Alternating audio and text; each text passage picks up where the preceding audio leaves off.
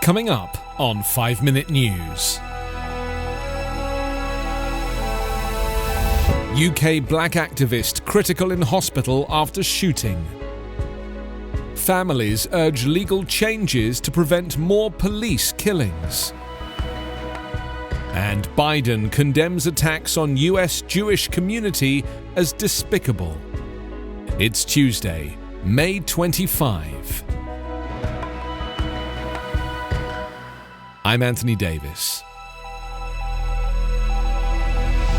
An activist who has played a leading role in anti-racism demonstrations in Britain was in a critical condition in a London hospital on Monday after being shot. The Taking the Initiative party said Sasha Johnson, who played a leading role in Black Lives Matter protests last year, was shot in the head Sunday. Police and a friend said it did not appear to be a targeted attack, though the party said Johnson had received numerous death threats related to her activism. The party said Johnson was a strong, powerful voice for our people and our community. The Metropolitan Police Force said officers were called to reports of gunshots in South London just before 3 a.m. on Sunday. Police said the shooting took place near a house where a party was taking place. Detectives have appealed for witnesses and have not made any arrests. Like other countries, Britain has faced an uncomfortable reckoning with race since the death exactly a year ago of George Floyd, a black American, at the knee of a US policeman in May 2020 that sparked anti-racism protests around the world. Large crowds at Black Lives Matter protests across the UK called on the government and institutions to face up to the legacy of the British Empire and the country's extensive profits from the slave trade. Johnson was a speaker at rallies last summer and is a leader of the newly founded black-led Taking the Initiative party. Parents and siblings of black men killed by police urged people during a discussion in the city where George Floyd was killed a year ago to join them in pursuing legal challenges they say could make similar deaths less likely in the future. The panel convened on Monday in Minneapolis and was organized by the George Floyd Memorial Foundation, founded by Floyd's sister, Bridget, and moderated by prominent Black Lives Matter activist DeRay McKesson, and was part of a series of events marking the one-year anniversary of Floyd's death. Family members of Eric Garner, Trayvon Martin, Dante Wright, and other black men slain by police gathered for a discussion about the state of policing in the US and racial inequities in the frequency of fatal encounters with law enforcement.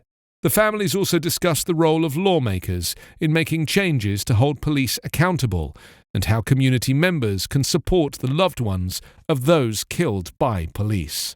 Gwen Carr, Eric Garner's mother, described her meetings and conversations with lawmakers over 6 years to get legislation passed that bans the use of chokeholds, among other measures, after an officer used the technique in the death of her son. One instance involved Carr and other mothers in New York bringing makeshift coffins to the state capitol in 2015 after failed attempts to meet with Governor Andrew Cuomo in person. Several states moved to prohibit or severely limit the use of chokeholds and neck restraints after Floyd's death last year. At least 17 states, including Minnesota, have enacted legislation to ban or restrict the practice, according to data by the National Conference of State Legislatures. The families also discussed the rarity of convictions in cases of black men executed by police, and whether convictions alone amount to substantial accountability. Elisa Finley, whose brother was killed in his own home in September 2018 by ex-Dallas officer Amber Geiger, said the families, activists and citizens need to keep applying pressure despite the conviction of Derek Chauvin, who was convicted of murder and manslaughter last month for Floyd's death, to prevent similar killings in the future. US President Joe Biden condemned violence against Jewish communities in the United States and abroad on Monday after a string of attacks amid the conflict between Israel and Gaza's Hamas rulers. Physical or verbal assaults were reported against Jews in New York City, Los Angeles, South Florida, and the United Kingdom during the 11 days of fighting in the region. The recent attacks on the Jewish community are despicable and they must stop. I condemn this hateful behavior at home and abroad.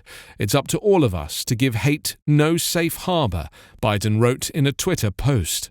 5 major Jewish groups urged Biden on Friday to call out anti-Semitism and recommend specific actions, including fighting hate on college campuses and enhanced security for religious institutions.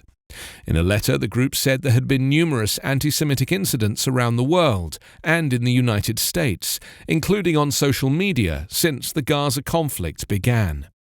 The perpetrators of these attacks deliberately targeted Jewish institutions and individuals for no other reason than their religion, justifying it with age-old anti-Semitic tropes, exaggerated claims, and inflammatory rhetoric, the letter said. The letter was signed by the American Jewish Committee, the Anti-Defamation League, Hadassah, Jewish Federations of North America, and the Union of Orthodox Jewish Congregations of America.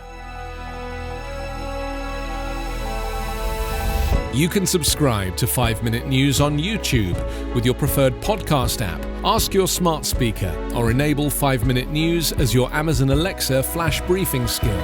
Subscribe, rate and review online at 5minute.news. 5 Minute News is an Evergreen Podcast covering politics, inequality, health and climate, delivering independent, unbiased and essential world news daily.